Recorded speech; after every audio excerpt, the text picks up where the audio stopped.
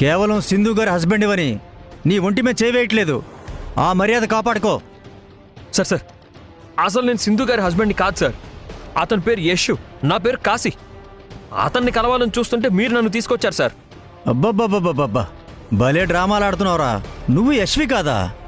Sir, నేను చెప్పేది నిజం సార్. మేమిద్దరం ఒకేలా ఉంటాం సార్. చాలా కవర్ చేస్తున్నావురా. ఇక ఆపు. నీ కథలు వినడానికి నేను సినిమా ప్రొడ్యూసర్ని కాదు, పోలీస్ని. సార్ ప్లీజ్ అర్థం చేసుకోండి సార్. కావాలంటే ఒక్కసారి సింధు మేడంతో మాట్లాడతాను. ఒక్కసారి మీ ఫోన్ ఇవ్వండి సార్. చాలే, నోరు మూసుకో. కానిస్టేబుల్స్ సార్, ఈ రోజు నుంచి వీడిని ఎవరూ కలవడానికి వీల్లేదు. అలాగే సార్. క్యారేజీలు గీరేజీలు అన్నీ బంద్ చేయండి.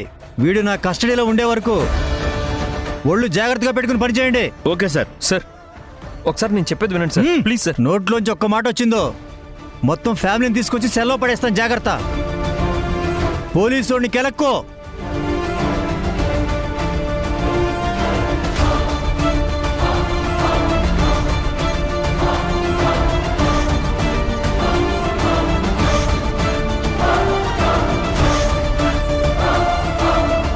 ఆగమ్మా, ఈ రోజు నుంచి క్యారేజ్ తీసుకురావడానికి పర్మిషన్ లేదు. సింధు మేడం అన్నం తీసుకోవడానికి పర్మిషన్ తీసుకున్నారు కదా. స్టేషన్ నుంచి వాడు పారిపోయాడమ్మా. పెద్ద తురుముల మా సార్కి కాల్ చేసి పట్టుకోమని ఛాలెంజ్ చేసిరాడు. ఇంకా మనం కలవడానికి ఒప్పుకోమమ్మా. వెళ్ళమ్మా. ఇంకా పోనీ నేను రాను గాని ఈ క్యారేజ్ అన్నా వనికిస్తారా?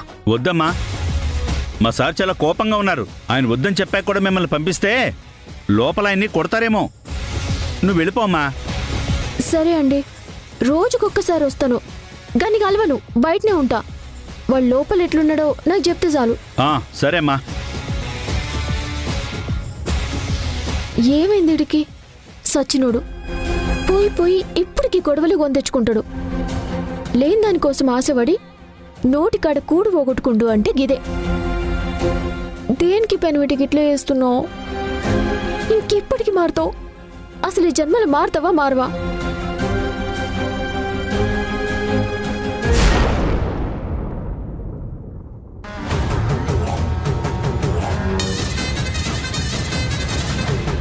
మీరు కూడా తినండి మేడం. ఈ మహానుభావుడేంటి రోజుకి ఒక్కలో బిహేవ్ చేస్తున్నాడు? ఒక్కోసారి తాగుతాడు, ఒక్కసారి పిచ్చి తిండి తింటున్నాడు. ఏకంగా ఇంటి ముందే అమ్మాయిలతో షికార్లు కొడుతున్నాడు. అవన్నీ చూడలేక చేస్తుంటే ఇప్పుడు మళ్ళీ ఇంకో బుద్ధవతారంలో సింధుని పట్టుకొని మీరు ఏవండి అని ఈ పిలవడమేంటో. అసలు ఇంట్లో ఏం జరుగుతుందో నాకేం అర్థం కావడం లేదు. ఈ రోజు ఎలా ప్రవర్తిస్తాడో ఏంటో.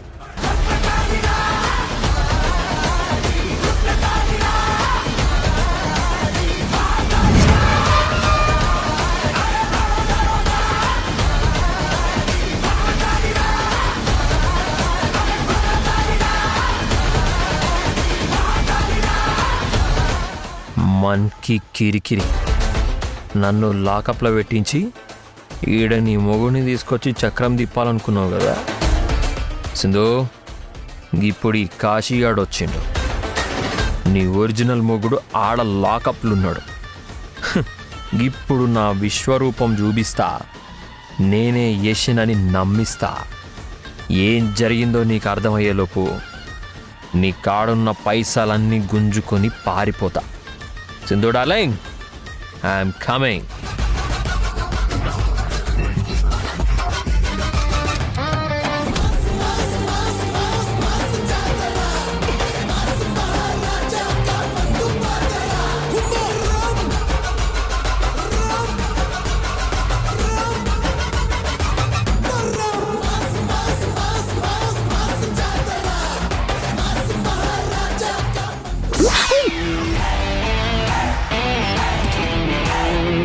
గది రక్తం కాదు, కాఫీ. రక్త పింజర్ లెక్క జుర్రుకుంటా తాగకు, సరిగ్గా తాగు. అవు నా సింధు డార్లింగ్ ఏడా? డార్లింగ్ అంట గదిలో ఉంది. సరే నువ్వు నీ పని కానీ.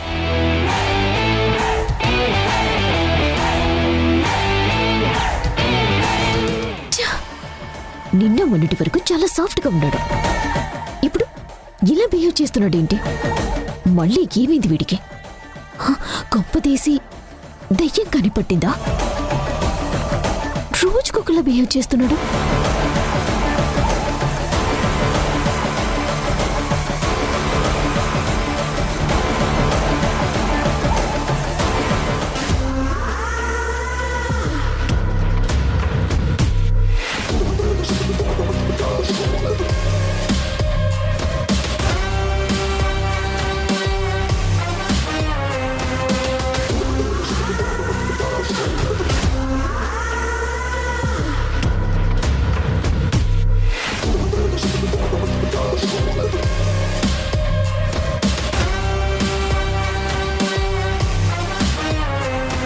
Good morning madam.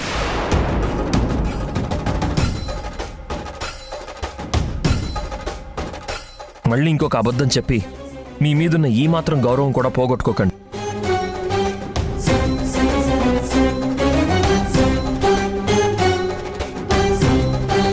నేను అందరికంటే మిమ్మల్ని ఎక్కువగా నమ్మాను. అసలు మీరు ఇలా చేశారంటే నేను ఇంక ఎవరిని నమ్మాలి? యష్, నువ్వు వచ్చావా? నిజంగా వచ్చావా? ఏ మేడం, నేను రాననుకున్నారా? నువ్వు రావాలని అనుకున్నాను యష్. నువ్వు నన్ను చాలా పొరపాటుగా అర్థం చేసుకున్నావు. నేను చెప్పేది ఒక్కసారి విను యష్. పర్వాలేదు మేడం, ఇంకా మీరు నాకేం చెప్పక్కర్లేదు. చెప్పని యష్, నేను నీతో అబద్ధం చెప్పలేదు యష్. నువ్వు నిజంగా నా యష్వే. మనకి కిరికిరి అంటే నీ మొగుడికి మొత్తం నిజం చెప్పేసినావు ఆ సింధు. నిన్నెలా నమ్మించాలో నాకు తెలియడం లేదు. నేను నిన్ను బలవంతంగా ఒప్పించడానికి ప్రయత్నించను యష్. ఏదో ఒక రోజు నేను చెప్పేది నిజమని నీకే అర్థమవుతుంది. కానీ నేను మోసం చేయడం లేదని నమ్ము యష్, ప్లీజ్. నేను మోసగత్తినన్నట్టు నువ్వు చూస్తుంటే తట్టుకోవడం నా వల్ల కావడం లేదు. మిమ్మల్ని నమ్మాను కాబట్టే నేను వెనక్కి తిరిగి వచ్చాను మేడం. నిజంగా చెప్తున్నావా యష్? నిజంగానే మేడం. నాకు ఇంకా ఏది గుర్తు రాలేదు, కానీ మీ కన్నీళ్ళు ఎందుకో నన్ను నిద్రపోనివ్వడం లేదు. మీరు ఇన్ని సమస్యల్లో ఉంటే నేను మిమ్మల్ని వదిలేసి ఎలా ఉంటాను మేడం? ఆఫీస్లో, ఈ ఇంట్లో నీ సపోర్ట్ నాకు చాలా కావాలి యష్. నా కోసం కాకపోయినా ఆ పసిపిల్లల కోసమైనా వాళ్ళని పలకరించాలి నువ్వు. అత్తయ్యకి రోజుకు ఒక్కసారైనా నువ్వు కనిపించాలి. ప్లీజ్ యష్, ఇది చెయ్యి. ఇక నిన్ను నేనేమి అడగను. నన్ను వదిలిపెట్టకు. వదలను మేడం. మీరు వదిలినా సరే నేను వదలను. అంటే నాకు 2 కోట్లు ఇచ్చారు. నా ప్రాబ్లమ్స్ అన్నీ సాల్వ్ చేశారు. నా మీద ఇంత బాధ్యత పెట్టారు. రుణం తీర్చుకునే అవకాశం వచ్చినప్పుడు నన్ను నేను నిరూపించుకోవాలి కదా మేడం.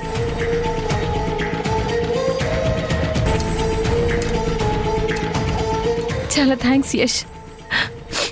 సరే పద, ఆఫీస్కి వెళ్దాం. అలాగే మేడం.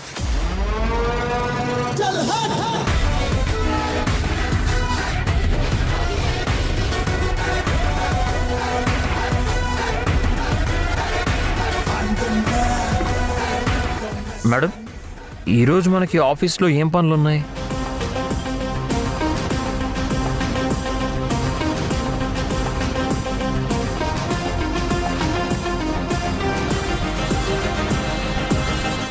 సింధు,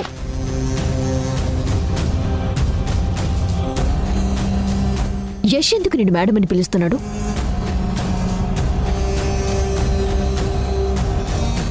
మీరిద్దరూ ఒకరికొకరు మర్యాద ఎందుకు ఇచ్చుకుంటున్నారు? అసలు ఈ కొత్త పిలుపులేంటి సింధు? ఏం జరుగుతోంది? మా మధ్య 1,00,000 విషయాలు జరుగుతుంటాయి. అయినా మొగుడు పెళ్ళాల విషయాలు నీకెందుకు మధు? తనను నేను ఎలాగైనా పిలుస్తాను. మేడం అంటాను, డార్లింగ్ అంటాను, సింధు అంటాను. నా మూడ్కి తగ్గట్టు పిలుస్తాను. నువ్వు వెళ్ళి నీ పని చూసుకో చాలు. సింధు, తను చాలా ఖాళీగా ఉన్నట్టుంది. ఇంట్లో 4 పనులు అప్పగించు. కాస్త పనిలో పడితే బుర్ర సరిగ్గా పనిచేస్తుంది. సరే Yash.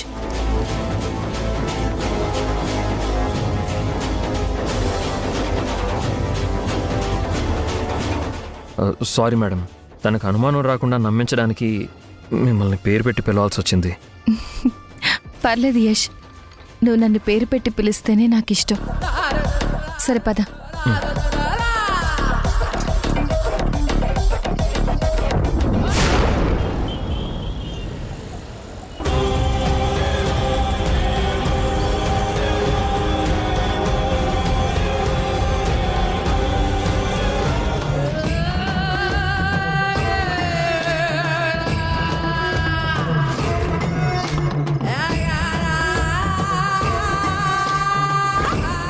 Good morning madam. Good morning sir. మనం ఫైనాన్స్కి తీసుకొచ్చిన అమౌంట్లో ఇంకా ఎంత మిగిలింది? ఎంత స్పెండ్ చేశారు? మీరు చెప్పినట్టే వెండర్స్కి, వర్కర్స్కి, సప్లయర్స్కి పెండింగ్ పేమెంట్, అలానే నెక్స్ట్ ఫేజ్ కోసం కొంత అడ్వాన్స్ కూడా ఇచ్చేసాం మేడం. మన దగ్గర లెక్కలు చూస్తే ఇప్పుడు మొత్తం 3 కోట్ల లిక్విడ్ క్యాష్ ఉంది.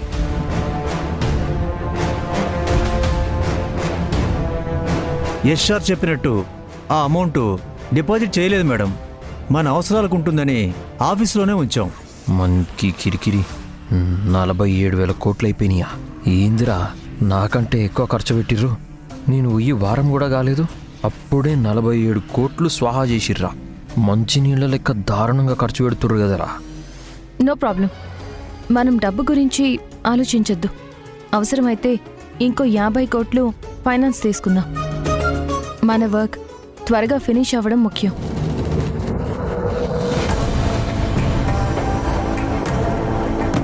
మనం చెప్పిన టైం కంటే ఇన్వెస్టర్స్కి ముందే ఇల్లు కట్టి ఇచ్చాము అన్న సాటిస్ఫాక్షన్ వాళ్ళందరి కళ్ళల్లో కనిపించాలి. అత్తయ్య చెప్పినట్టు ప్రతి ఒక్కరూ సంతోషంగా గృహప్రవేశం చేసుకోవాలి. ఇప్పుడు వర్క్ చాలా ఫాస్ట్గా నడుస్తుంది మేడం. మన అడ్వాన్స్ పేమెంట్స్ కూడా ఇవ్వడంతో సప్లయర్స్ అందరూ ఆన్ టైం డెలివరీ ఇస్తున్నారు. ఇదే మూమెంట్ కంటిన్యూ అయితే తప్పకుండా వర్క్ ఫినిష్ అయిపోతుంది మేడం. యష్, నువ్వింకేమైనా చెప్పాలా? ఏముంది చెప్పడానికి? అసలు నాకు అవకాశం ఎక్కడిచ్చారు? మొత్తం మీరే అవగొట్టేశారుగా. అదే పని పని పని మొత్తం అవగొట్టేశారు కదా అంటున్నాను. రావు గారు, మిగిలిన ఆ లిక్విడ్ క్యాష్ 3 కోట్లు యష్కి ఇవ్వండి. అలాగే మేడం. కన్స్ట్రక్షన్లో డైలీ పేమెంట్స్ ఇక నుంచి సార్ చూసుకుంటారు. అమౌంట్ సార్కి హ్యాండ్ ఓవర్ చేయండి. సరే మేడం.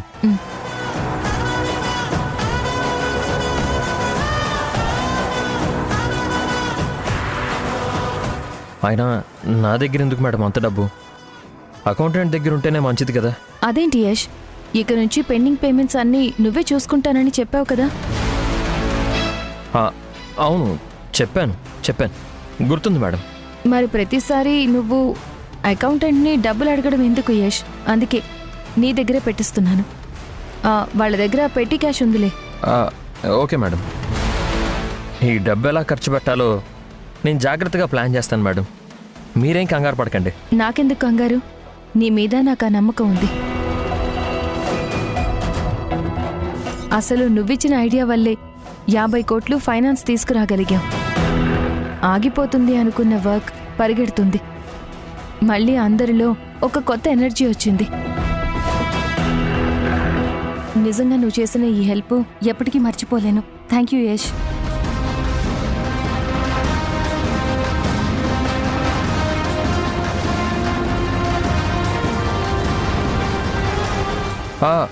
వద్దు మేడం, వద్దు. మీరేదైనా చెప్పండి, వింటాను. మీరు చేయండి, నేను ఫాలో అవుతాను. కానీ టచ్ మాత్రం వద్దు మేడం, వద్దు. యష్, ఇంకా నువ్వు నన్ను నమ్మడం లేదు కదా? ఇంకా నేను నా భర్తని ఏదో చేశానని అనుకుంటున్నావు కదా? నేను చెప్పిందంతా నిజం యష్. నువ్వే నా భర్తవి. ప్లీజ్ నన్ను అంత అనుమానంగా చూడకు. నేనంత నీచమైన దాన్ని కాదు. నువ్వలా దూరం పెడుతుంటే నేను తట్టుకోలేకపోతున్నాను. ఆ రోజు హాస్పిటల్ నుంచి నిన్ను ఇంటికి ఎందుకు తీసుకువెళ్ళలేదు అని అడిగావు కదా, దానికి కారణం ఆ కాశీగాడు. నీకు యాక్సిడెంట్ అయ్యాక నేను హాస్పిటల్కి వచ్చాను యష్. నువ్వనుకుని ఆ కాశీగాడిని ఇంటికి తీసుకువెళ్ళాను. వాడితో మావయ్య చావు గురించి మాట్లాడాను. నాకు ఆ కాశీ నువ్వు కాదు అని అర్థమయ్యేసరికి ఇంట్లో పరిస్థితులు మొత్తం వాడు అర్థం చేసుకున్నాడు. అత్తయ్యకి నువ్వే మావయ్యని చంపావని చెప్పేస్తానని నన్ను బెదిరించాడు.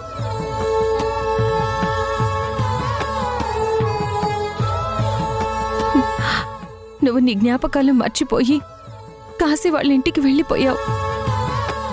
ఇదే అడ్వాంటేజ్గా తీసుకుని వాడు ఇంట్లో సెటిల్ అవ్వడానికి చాలా ప్రయత్నాలు చేశాడు. నాకేం చేయాలో అర్థం కాలేదు యష్. అందుకే నీ చుట్టూ పెళ్లి కానట్టు తిరిగాను. నిన్నింటికి తీసుకుని వెళ్తే అత్తయ్యని పిల్లల్ని చూస్తే నీకు ఏదో ఒకటి గుర్తొస్తుందని నేను ఆశపడ్డాను. అంతేకాని నేను మోసం చేయలేదు యష్. ప్లీజ్ నన్ను నమ్ము. నువ్వు దూరం అయ్యి సగం చచ్చి బతుకుతున్నాను. నువ్విలా అనుమానించి నన్ను పూర్తిగా చంపేయకు. ఈ స్టోరీ మొత్తం యష్గాడినుంటే నిన్ను మళ్ళా నెత్తి మీద పెట్టుకునేటోడు. నీకు అర్థమైందంటే ఇదంతా వచ్చి నా కాడ చెప్పుకుంటున్నావు. మన బిడ్డల మీద ఒట్టేసి చెప్తున్నాను, నేను చెప్పిందంతా నిజం యష్. అయ్యో మేడం, ఈ మాత్రానికి ఒట్టులెందుకు? ఇందులో మీ తప్పేమీ లేకపోవచ్చు. మీరన్నట్టు ఇదంతా నిజమయ్యే ఉండొచ్చు. కానీ ఇవన్నీ అర్థం చేసుకోవడానికి నాకు కొంచెం టైం ఇవ్వండి. నమ్మే టైంకి అన్నీ నమ్ముతాను మేడం. అంతవరకు మాత్రం నన్ను ఇబ్బంది పెట్టకుండా కాస్త డిస్టెన్స్ మెయింటైన్ చేద్దాం.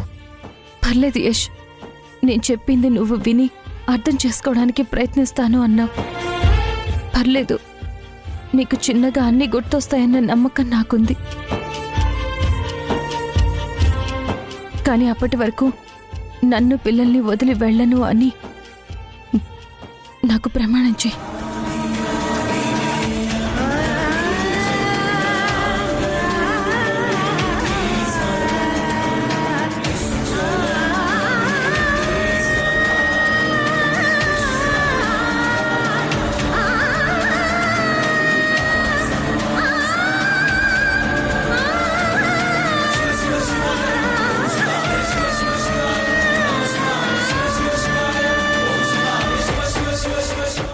యష్,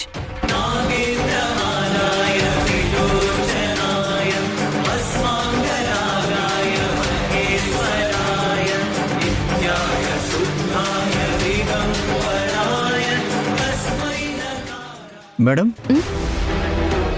ఇదిగోండి, ఈ బ్రీఫ్ కేసులో 3 కోట్లు ఉన్నాయి.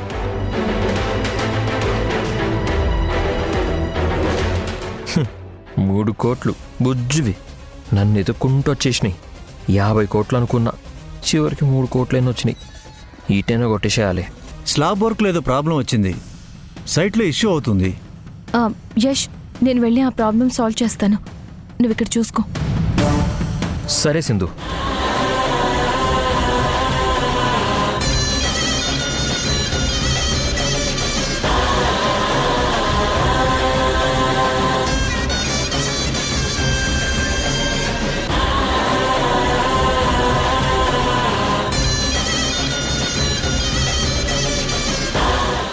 ఈ పైసలన్నీ కొట్టేయాలి.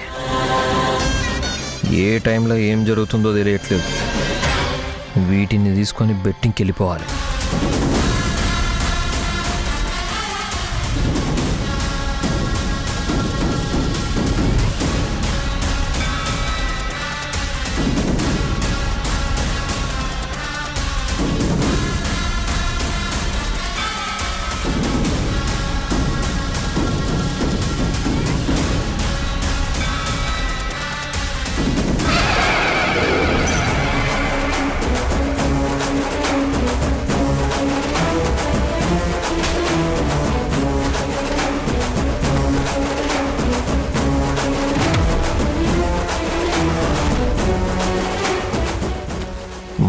కిరికిరి దొరికిపోయినవరా కాశీగా.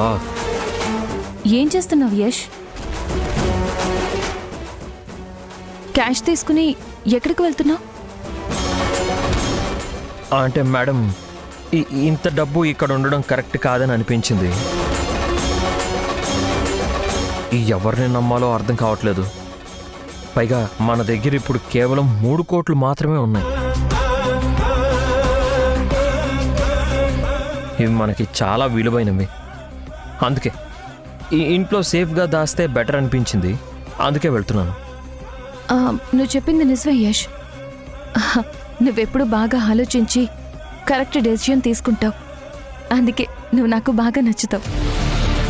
Thank you madam. అయినా మీరేంటి మేడం మళ్ళీ వెనక్కి వచ్చారు? సైట్కి నిన్ను కూడా తీసుకుని వెళ్తే బెటర్ అనిపించింది. అందుకే నీకోసం వచ్చాను. ముందు సైట్కి వెళ్ళి ఆ పని చూసుకుని తర్వాత ఇంట్లో డబ్బులు సేఫ్గా దాచిపెడదాం. ఇవ్వు. పద. సచ్చినరా బాబు. ఛై.